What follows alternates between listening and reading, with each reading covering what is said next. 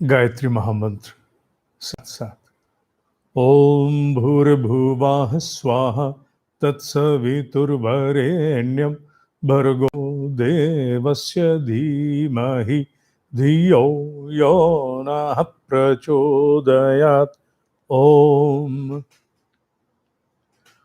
पॉटुलरी वीर ब्राह्मण नाम दक्षिण भारत में संभव है बहुत सुना गया हो, चूंकि इस नाम पर प्रसिद्ध प्रतिभा एन टी रामाराव जी ने एक फिल्म भी बनाई थी। पर इस नाम से परिचय आज के इस काल में दक्षिण में भी बहुत लोगों को होगा, इस पर मुझे संदेह है। और मध्य भारत और उत्तर भारत में संभावनाएं कम हैं। बाकी स्थानों के विषय में कहना कठिन होगा। और बड़ा आश्चर्य का विषय यह है, मैं इनकी तुलना तो नहीं कर रहा, पर चूंकि जब कोई नाम किसी कार्य के लिए प्रसिद्ध हो जाए तो उस जैसा कोई भी करने वाला व्यक्ति अगर संज्ञान में आता है तो उन्हीं के नाम से समझाने की चेष्टा करती, ये तो वैसे हैं। तो एक प्रकार से आप कह सकते हैं कि जो नॉस्ट्राडामस हुए, ये उनसे कहीं पूर्व भारत में आज से लगभग 1100 वर्ष पूर्व हो चुके हैं। 1100 वर्ष पूर्व जन्मा ये बालक कुछ ऐसी घोषणाएं कर गया जिनके ना तो ठीक से आज उतने प्रसंग उपलब्ध हैं, और उसमें से बहुत कुछ ऐसा है जो अभी घटा भी नहीं है। हां, कुछ घट भी चुका है, अन्यथा तो इतनी स्थापना नहीं हो सकती थी। बहुत से लोगों ने इन पर अपना शोध भी किया।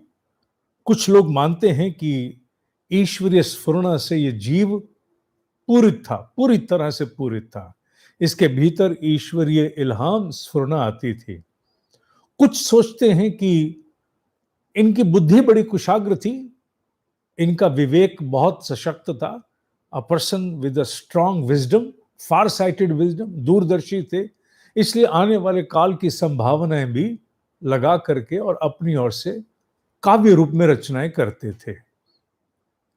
जो कुछ भी था, पर 1100 वर्ष पूर्व उस प्रचलित काल के अंतर्गत जो कुछ उन्होंने कहा वो सब कुछ तो कहने योग्य नहीं है। कुछ बातें ऐसी हैं जो सामान्य रूप से चर्चा में नहीं लाई जा सकती। अपने स्वयं के शोध में लोग पढ़ना चाहें तो पढ़ सकते हैं, पर हां, कुछ बातें हैं जो प्रगति और सकारात्मकता को लेकर अगर हम देखें तो निश्चित रूप से आने वाले भविष्य की कोई आहट अवश्य देते हैं। इन्हें मानना, इन्हें ना मानना, ये तो आपका स्वयं का व्यक्तिगत निर्णय है कि आप इसे मानते हैं अथवा नहीं मानते हैं।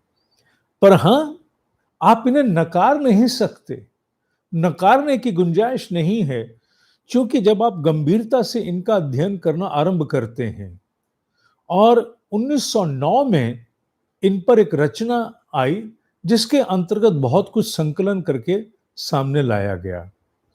मैंने इनमें से बहुतों को पढ़ने की चेष्टा की है, और एक बात निश्चित रूप से सामने उभर के आई कि कोई पागल व्यक्ति नहीं था, कोई ऐसा व्यक्ति नहीं था जो मन से, मस्तिष्क से असंतुलित हो।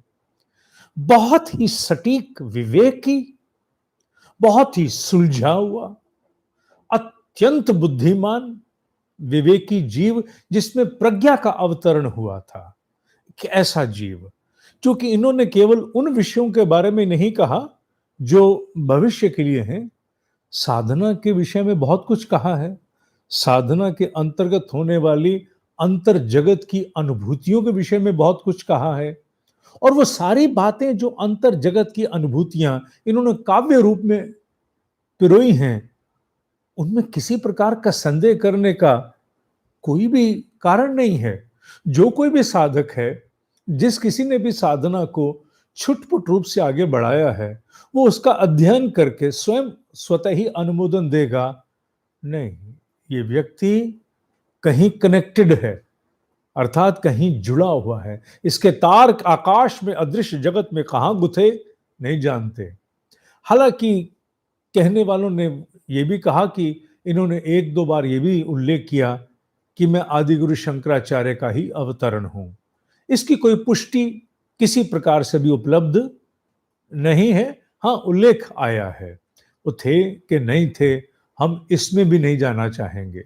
केवल और केवल इस विषय पर कि जो आने वाले संभावित विश्व के लिए इन्होंने जो कुछ भी अपने अंतर जगत में अपनी साधना की परिपक्वता के परिणाम स्वरूप अनुभव किया, वो क्या था, वो क्या संकेत थे, उनमें से कुछ एक को, केवल कुछ, सारे तो बहुत ज्यादा हैं, बहुत लंबे हैं, पर केवल कुछ एक पर उल्लेख अवश्य करेंगे। इनके जीवन के विषय में अगर जानने की चेष्टा करें तो जीवन भी बड़ा रोचक है। इनका जन्म एक ऐसे परिवार में होता है जो इनको अपने पास रखता ही नहीं है।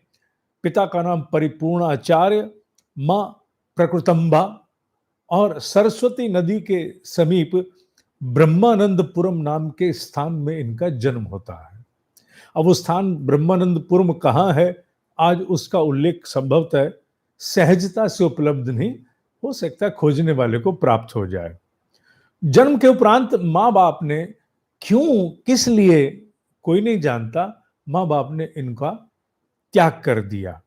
ये बड़ी आश्चर्यजनक घटना नहीं है कि किसी का जन्म हो बच्चे का और उसे 1100 वर्ष पूर्व माता पिता यूं ही त्याग दें।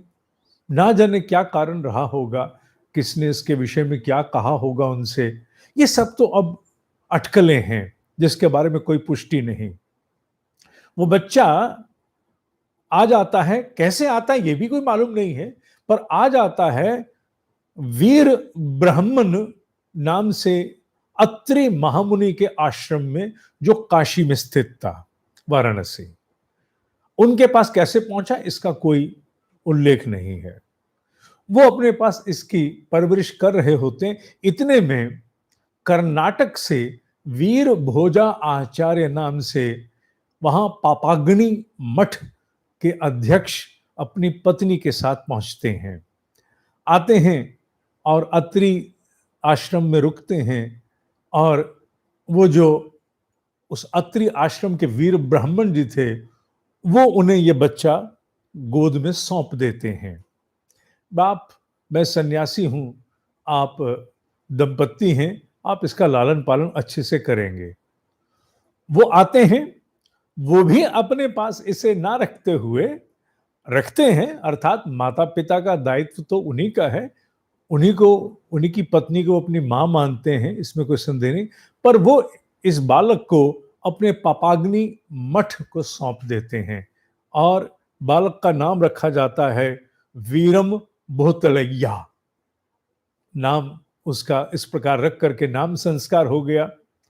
अब अभी ये उस नाम से प्रचलित नहीं हुए जो नाम इनका आज वर्तमान में हम सुन रहे हैं, पोटुलरी वीर ब्राह्मण, वो नाम अभी उस समय इनका नहीं था।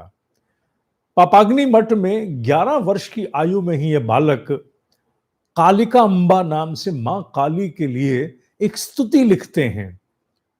और उस स्तुति लिखने के बाद बहुत से लोगों के आसपास आंखें एकदम चढ़ जाती हैं। इतना छोटा बच्चा मां काली की स्तुति पूरी लिख डाली 11 वर्ष की आयु में। विलक्षणता बाहर आनी आरंभ हो जाती है। यूं तो विलक्षणता जन्म से ही आ गई, देखने में अगर अवलोकन करें अभी तक का तो बड़ा विचित्र सा अवलोकन है। और कुछ ही समय के उपरांत ये अपने आप में इतने स्वतंत्र हो जाते हैं कि एक शिष्य बना लेते हैं। जो पहला शिष्य इनका बनता है उसका नाम था दुदय कुल सिद्धैया। अब दुदय कुल सिद्धैया इनका पहला शिष्य, और उसके उपरांत ये अपनी काव्य रचनाओं को बोलते चले जाते हैं। कहीं ना कहीं उनका संकलन भी होता है और वीरम भोतलैया के नाम से वो सारा इनका संकलन कहीं निश्चित रूप से इकट्ठा भी है। और फिर इनका जो नाम पड़ जाता है, जो इनको विधिवत रूप से नाम प्राप्त होता है, कौन देता है, कब देता है, इसका उल्लेख अभी तो नहीं उपलब्ध हुआ। संभव है कि मेरी संक्षिप्त जानकारी उतने विस्तार को प्राप्त नहीं हो पाई।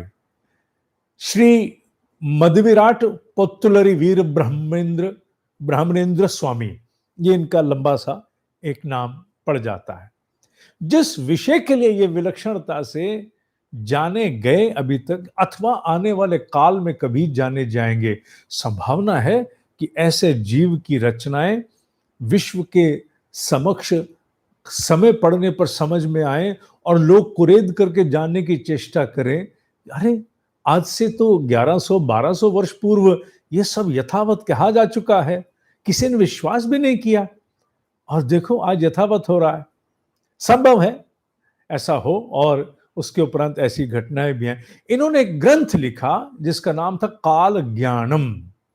काल ज्ञानम ग्रंथ को इन्होंने कहा ये गोविंद वाक्य हैं और ये मेरे भीतर आया बोध है, अर्थात जीवैक्य बोध जो गोविंद वाक्य रूप में मैंने अनुभव किए हैं।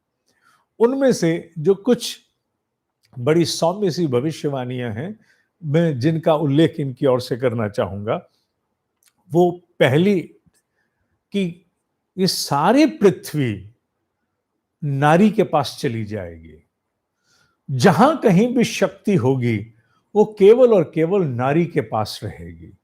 नारी के अतिरिक्त पृथ्वी पर शक्ति किसी के पास नहीं, अर्थात नारी युग आएगा। 1100 वर्ष पूर्व का ये उल्लेख है और बिल्कुल यही उल्लेख ब्रह्म ऋषि ने, विशेष रूप से मेरे ब्रह्म ऋषि ने नारी युग का उल्लेख कुछ वर्ष पूर्व अपने भविष्य के अंतर्गत, भविष्य के कथन के अंतर्गत युग दृष्टा स्वरूप में उन्होंने कहा था। और ये 1100 वर्ष पूर्व के युग दृष्टा उसी बात को तब कह गए कि आने वाला समय नारी युग है और नारी ही समस्त शक्तियों की स्वामिनी बनेगी। और साथ में यह भी कहा मेरा अगला जन्म होगा और जब मेरा अगला जन्म होगा मेरा नाम होगा श्री वीर भोगा वसंत रैलू, ये मेरा नाम होगा। भाई वाह। और अगर जानना हो कि मेरा जन्म हो गया है तो ये देख लेना, जिस दिन ये सारी पृथ्वी की समूची सत्ता, राजनीतिक, आर्थिक, सामाजिक, यू नेम इट, जिस दिन ये समूची पृथ्वी की सत्ता नारी के पास चली जाए तो समझ जाना मेरा जन्म हो चुका है। फिर उन्होंने कहा कुछ नकारात्मक भविष्यवाणियां भी लिखी, मैंने उनमें से बहुत कम का उल्लेख किया, अधिक का नहीं किया मैंने। जैसे उन्होंने कहा कि समय आएगा, अब चूंकि कोरोना विभीषिका चल रही है इसलिए पता नहीं इसके लिए कहा उन्होंने या किसी अन्य के लिए कहा, ये ईश्वर जाने। समय आएगा सामान्य से व्यक्ति, सामान्य चलते फिरते व्यक्ति हजारों की तादाद में मरना आरंभ हो जाएंगे, अच्छे खासे स्वास्थ्य होते हुए भी मरना आरंभ हो जाएंगे। यूं होगा जैसे सिर टूट सा गया हो और उनके पूरे शरीर में दर्द इत्यादि होगा और अचानक मृत्यु को प्राप्त होना शुरू हो जाएंगे। अब पीछे अनेकों प्रकार के ऐसे रोग, ऐसे छूत के रोग, ऐसे संक्रमण के रोग ऐसे आए, अब उनमें से किसकी और उल्लेख था या अब आने वाले भविष्य में किसी ऐसे रोग की और उल्लेख है, ये कहना तो बड़ा कठिन होगा। पर 1100 वर्ष पूर्व उन्होंने ये बात कही थी। फिर उन्होंने कहा एक भविष्यवाणी कि जो राजा होगा वो प्रजा के सामने हाथ जोड़कर खड़ा रहेगा। राजा प्रजा के समक्ष हाथ जोड़ के खड़ा रहेगा। हाँ, ये बात संभव है कि जिस प्रकार प्रजातंत्र अपने परिष्कृत स्वरूप को धीरे धीरे धीरे धीरे प्राप्त होता जाएगा, तो वो समय भी आ जाए जब राजा अर्थात जिनके पास सत्ता होगी, जो उसके अधिष्ठाता होंगे, वो समर्पण और विनम्रता से लोक सेवा में लोक सेवक की भांति उपस्थित होंगे। संभव है आने वाले समय में परिष्कार युग का होगा, ये हो सकता है। एक उन्होंने कहा कि आने वाले समय में मां गंगा अपना जो प्रवाह है वो काशी से हटा के कहीं और की तरफ ले जाएगी, अर्थात प्रवाह अपना मार्ग बदलेगा। नदियां अपने मार्ग बदलती हैं, इसमें कोई संदेह नहीं है। तो अब वो समय कब है, मां गंगा कब काशी से अपना प्रवाह बदलेंगी अथवा नहीं बदलेंगी, ये सब काल के गर्भ में है, पर उनका उल्लेख है। एक उन्होंने कहा, ये जो जाति भेद है, ये पूरी तरह से समाप्त हो जाएगा। ये ऊंची जाति इत्यादि का जो भी प्रचलन है, ये पूरी तरह समाप्त हो जाएगा। इसमें कोई महत्व किसी प्रकार का नहीं रहेगा। एक बहुत बड़ी बात और उन्होंने उल्लेख की कि पूरे विश्व के 6 मुख्य धर्म मिल करके एक धर्म बन जाएंगे। आने वाला समय संभव है कि मानवता को लेकर के, मनुष्यता को लेकर, ह्यूमैनिटी को लेकर के लोग आपस में एक दूसरे की अच्छी बातें ले लें कि मेरी अच्छी बात ये रही, आपकी अच्छी बात ये रही, साझा करके और सभी धर्मों का एक समन्वित स्वरूप बना करके जिससे विवाद समाप्त हो जाए, लोग एक विश्वास की धारा में चले जाएं। इसका अर्थ ये नहीं कि कोई आज का प्रचलित कोई एक धर्म आगे जाए, संभव है कोई नया स्वरूप, कोई नया प्रारूप ऐसा हो सकता है। इस बात को भी ब्रह्म ऋषियों ने, युग दृष्टाओं ने अपने अपने स्वरूप में इसका उल्लेख पूर्व में भली प्रकार किया है। उस समय 1100 वर्ष पूर्व उन्होंने कहा, जैसे आज हम क्लाइमेटिक चेंज कहते हैं कि पूरी पृथ्वी का वातावरण जो है, पूरी पृथ्वी का मौसम बदल रहा है, ग्लोबल वार्मिंग हो रही है, इतनी ग्लोबल वार्मिंग, नदियां पिघल रही हैं, सर्दी गर्मी बहुत कुछ अप्रासंगिक सा हो गया है। इसकी भविष्यवाणी उन्होंने 1100 वर्ष पूर्व की, और ये भी कहा कि फसलें समय पर नहीं हुआ करेंगी। हो सकता है कभी कभी फसलें उगे ही नहीं, हो ही नहीं, वर्षा समय पर नहीं होगी, बहुत सारा मौसम में बिगाड़ होगा। अब ये नहीं उन्होंने कहा कि मनुष्य के हस्तक्षेप से इसका उल्लेख नहीं, पर निश्चित रूप से कहा कि आने वाले समय में क्लाइमेटिक चेंजेस इस पृथ्वी के जनजीवन को बड़ी बुरी तरह से प्रभावित कर सकते हैं। उन्होंने ये भी कहा कि भारत पुण्य भूमि है, तो भी आने वाला युग ऐसा है कि आने वाले युग के कष्टों से भारत भी बच नहीं पाएगा। पर बाकी राष्ट्रों में जहां प्राचीन भारतीय मनीषा नहीं है, वहां की हालत भारत की तुलना में कहीं अधिक खराब हो जाएगी। वहां समस्याएं इतनी बड़ी बड़ी विकराल होंगी, कोई कल्पना नहीं कर सकता। अछूता भारत भी नहीं रहेगा। अर्थात अगर पूरी पृथ्वी समस्याओं के ग्रास में जाएगी तो बचेगा भारत भी नहीं। पर भारत उनकी तुलना में फिर भी बहुत, अगर देखा जाए तो अच्छी अवस्था में रहेगा। अब ये घटनाक्रम हो चुका, होने वाला या नहीं होगा, ये महाकाल ही जाने। महाकाल के अतिरिक्त इस विषय का ज्ञाता कोई नहीं, हम तो केवल एक उल्लेख मात्र अवश्य कर रहे हैं। एक इन्होंने कहा, आने वाले समय में बहुत से नकली गुरु पैदा हो जाएंगे। नकली गुरु जो कहेंगे कि हम गुरु हैं और अपने आप से धर्म का दोहन करना, इस प्रकार से करना आरंभ कर देंगे।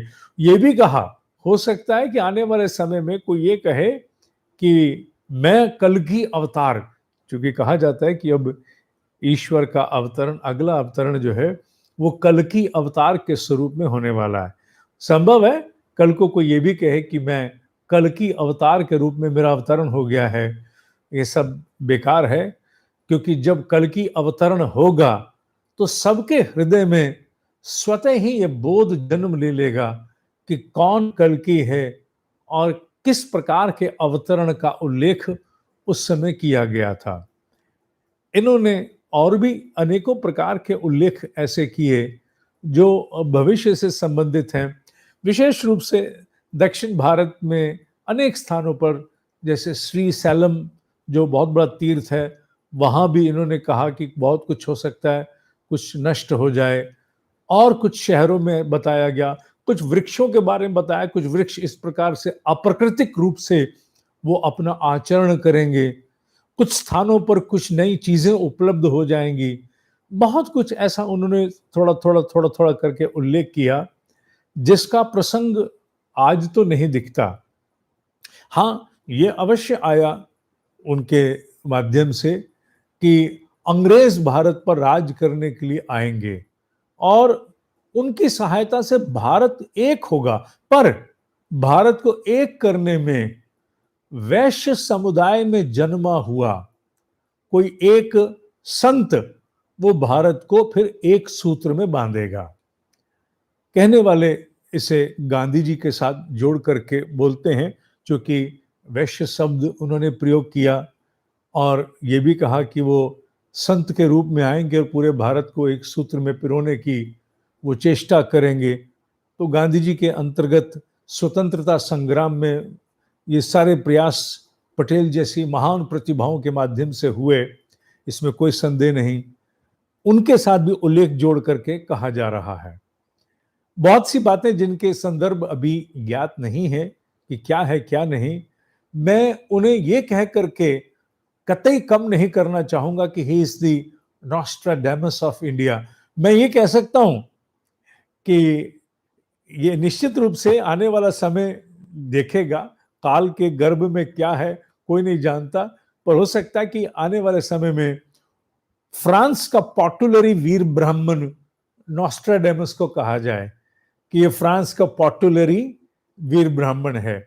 नाम पॉट्युलरी, अब वो किस प्रकार उच्चारण है, मैं ठीक कर रहा हूं कि नहीं, मैं इस विषय में नहीं जानता, पर जैसा पढ़ने में आ रहा है, वीर ब्राह्मण तो सहज रूप से पढ़ा गया, पर पॉट्युलरी में उच्चारण में क्या भेद है मैं नहीं जानता। संशोधन के लिए मैं निश्चित रूप से उसके लिए स्थान छोड़ता हूं।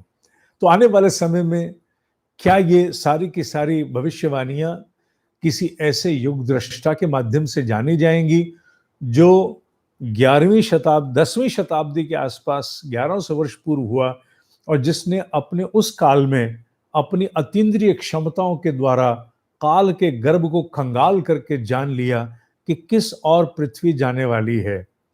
हाँ, एक बात तो सत्य है, बाकी सारे उल्लेख पढ़ने के उपरांत कहीं से कहीं तक किसी दीवाने के वाक्य नहीं कहे जा सकते। निश्चित रूप से कहीं ना कहीं महाकाल के साथ जुड़ा कोई संपर्क है। उसमें बहुत कुछ ऐसा भी तो होता है जो काल के अंतर्गत परिवर्तित भी हो जाता है। युग दृष्टाओं का ही कहना है, और ये मेरे अपने ब्रह्म ऋषि का वाक्य है कि आज युग दृष्टा काल में किसी संभावना के दर्शन कर रहे हैं। हो सकता है कि मनुष्य की सामूहिक चेतना, the collective consciousness on the planet, वो संकल्प ले ले कि नहीं, हमें ऐसा भविष्य नहीं चाहिए, हमें सुनहरा भविष्य चाहिए, हमें नकारात्मक भविष्य नहीं चाहिए, हम अपने आप को सुधारने के लिए तैयार हैं, हम अपने जीवन आचरण को, जीवन जीने की समूची प्रणालियों में संशोधन करने के लिए उपस्थित हैं। जो बदलाव लाना है हम उसके लिए तैयार हैं, हम समझौते करेंगे, जो करना पड़े हम करेंगे, पर हम पृथ्वी को अब नष्ट नहीं होने देंगे। तो मेरे व्यक्तिगत ब्रह्म ऋषि, व्यक्तिगत शब्द तो नहीं प्रयोग होना चाहिए, ब्रह्म ऋषि कभी व्यक्तिगत नहीं होते, मैं पहले भी ऐसी भूल कर जाता हूं, क्षमा याचना है। ब्रह्म ऋषि ने कहा कि उस समय निश्चित रूप से काल अपने आप को परिवर्तित करता है, क्योंकि कलेक्टिव कॉन्शियसनेस, सामूहिक चेतना का प्रभाव महाकाल को भी परिवर्तन कर लाने के लिए बाध्य कर देता है। क्योंकि अगर हर जीव में परमात्मा का अंश है, तो इतना बड़ा परमात्मा स्वरूप अगर पूरी पृथ्वी के लिए किसी नए संकल्प की अवधारणा कर लेगा, तो निश्चित रूप से नकारात्मकता नहीं, सकारात्मकता, विध्वंस नहीं, सृजन का ही अभ्युदय होगा, इसमें कोई संदेह नहीं है। और मैं इनकी बात को सुनते हुए और साथ साथ इन्होंने जो साथ में बात जोड़ी है नारी युग की, उसे जोड़ते हुए मैं कह सकता हूं कि संभावनाएं स्वर्णिम युग की ओर ही जाती हैं। अगर स्वर्णिम युग की ओर नहीं जानी होती तो केवल नष्ट भ्रष्ट करने की संभावनाओं के दर्शन करके उनका ये उल्लेख करते। ये सारी पृथ्वी, इसकी समूची सत्ता नारी के पास जाएगी, तभी ये सुरक्षित होगी, तभी ये संपन्न होगी। इसका सीधा तात्पर्य है कि ये दोनों प्रकार की संभावनाओं के समानांतर दर्शन कर रहे थे। ये विध्वंस भी देख रहे थे जिस और पृथ्वी धकेली जाएगी, और ये उन संभावनाओं के दर्शन भी कर रहे थे जो आने वाले समय में मनुष्य के आचार विचार अचिंत्य चिंतनम से मुक्त होने के उपरांत जो परिवर्तन होगा, उन दोनों संभावनाओं के दर्शन कर रहे थे। युग दृष्टा एक समय पर दोनों संभावनाओं को एक साथ देख रहे हैं। दायित्व दायित्व तो मनुष्य के पास है। मेरे ब्रह्म ऋषि ने तभी कहा, मनुष्य में देवत्व का उदय होगा, दिव्यता का, divinity. When divinity shall pervade into humans, तो पृथ्वी पर स्वर्ग का अवतरण होगा। The heaven shall manifest on the planet. एक एक व्यक्ति अगर दिव्य भाव से पूरित हो गया, उसमें दिव्यता आ गई, तो कोई कारण ही नहीं है कि पृथ्वी पर स्वर्ग सा वातावरण ना हो। मैं यहां उल्लेख नहीं कर रहा क्योंकि पॉपुलरी वीर ब्राह्मण जी का उल्लेख है, एक युग दृष्टा का उल्लेख है।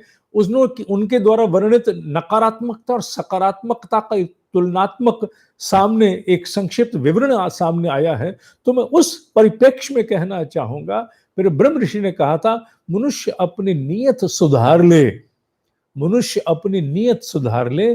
प्रकृति अपने गर्भ खोलने के लिए तैयार है, प्रकृति अपने रहस्य खोलने के लिए तैयार है। मनुष्य नीयत सुधार ले, वो सारे अविज्ञात रहस्य, विज्ञान, तथ्य मनुष्य के सामने स्वतः खुलते चले जाएंगे। अभी प्रकृति को मनुष्य की नीयत पर भरोसा नहीं है, विश्वास नहीं है। मनुष्य अपनी नीयत सुधार लेगा तो प्रकृति पृथ्वी की सारी मलिनता को, चाहे वो वैचारिक हो, चाहे वो जल की हो, चाहे वो वायु की हो, ग्लोबल वार्मिंग हो, झाड़ू के एक तिनके से बुहार करके अनंत ब्रह्मांड में कहां फेंकेगी पता भी नहीं चलेगा। पर प्रकृति इस बात से संतुष्ट हो कि मनुष्य अपने आचरण में, अपने विचारों में परिवर्तन ले आया है।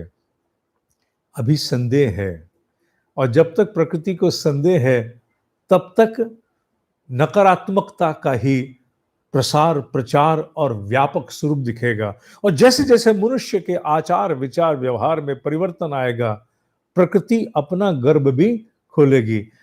कह सकते हैं ब्रह्मांड का बड़ा अद्भुत प्रोविडेंट फंड है। अपने हिस्से से आप डालेंगे एक पूंजी, तो आपका एम्प्लॉयर भी अपने हिस्से की बराबर की पूंजी उसमें डाल के आपके नाम से जोड़ेगा आपके नाम से। एक कदम हम अपनी आहुति का सार्थक, सकारात्मक, दिव्यता की, संयम की आहुति का हम प्रदान करेंगे, तो निश्चित रूप से इस ब्रह्मांडीय प्रोविडेंट फंड के प्रावधान के अंतर्गत प्रकृति भी निश्चित रूप से ब्रह्म ऋषियों के कथानुसार अपने हिस्से का अंश उसमें अर्पित करेगी, जिसका सामूहिक लाभ मनुष्य को ही मिलना है, निश्चित रूप से मनुष्य को मिलना है। यह भाव कहीं ना कहीं, यह दृष्टा का भाव हमें प्रेरित करता है कि हम में से सकारात्मक भाव के लोग, जो दिव्य भाव से पूरित हैं, जो अपने आप को सज्जनों में गिना जाना चाहते हैं कि हम गिने जाएं सज्जनों में, उन्हें निश्चित रूप से बहुत कुछ अपने में बदलाव लाना होगा। भले वो नकारात्मकता से कारण हो, चाहे वो किसी कारण से भी क्यों ना हो, अपने आप को स्वयं ठेल करके बाहर लाना होगा। आज पॉपुलरी वीर ब्राह्मण जी का उल्लेख करके मैंने ना केवल आने वाले युग की संभावनाओं का एक सूक्ष्म सा संकेत इन्हीं के द्वारा और अपने ब्रह्म ऋषि के उल्लेख से दिया, अपितु साथ ही साथ जो जिज्ञासु हैं वो निश्चित रूप से नेट पर खंगाल कर इनके विवरण पढ़ सकते हैं, क्योंकि कुछ और भी वर्णन थे जो मुझे उतने सौम्य नहीं दिखे कि उनका वर्णन करने योग्य सामाजिकता में उपयुक्त रहेगा, अतः मैंने उनको त्याग दिया, उन्हें छोड़ दिया। पर जो खोजना चाहें वो स्वयं खोज करके जान सकते हैं। इस भाव के साथ मैं उस दिव्य सत्ता को, मैं पॉपुलरी वीर ब्राह्मण जी से अधिक उस दिव्य सत्ता को, उस ब्रह्मांडीय सत्ता को, जो स्फुरना बन करके इस प्रज्ञा पूरित जीव में अवतरित हुई, बहुत सी स्थापना होनी बाकी हैं, उस ब्रह्मांडीय सत्ता के प्रति मैं प्रणाम करता हूं, क्योंकि यह केवल एक मनुष्य के बूते का, एक जन्म की साधना से संभव नहीं है। कोई बहुत बड़ी ब्रह्मांडीय सत्ता का हस्तक्षेप होता है, तभी काल के गर्भ खंगाले जाते हैं, अन्यथा संभव नहीं होता है, अन्यथा यह संभव नहीं है। मैं उस ब्रह्मांडीय सत्ता के उनके चरण वो तो अरूप है, फिर भी उस सत्ता के प्रति मैं अपना मस्तक नवाता हूँ, नम्र वंदन करता हूँ और याचना करता हूँ कि मनुष्य में सकारात्मकता का प्रादुर्भाव हो। गुरु पूर्ण होता है और गुरु की पूर्णता पर यह भाव, ऐसा दृष्टा भाव जो आने वाले विश्व में स्वर्णिम संभावनाओं को जगाए, उन्हें चरितार्थ करने के लिए मनुष्य को जुटाए, उन्हें व्यक्त करते हुए मैं साथ ही आज के इस पर्व के प्रति भी सबको अपनी शुभकामनाएं अर्पित करता हूं। ओम ही सत्य है, ओम ही सत्य है, ओम ही सत्य है।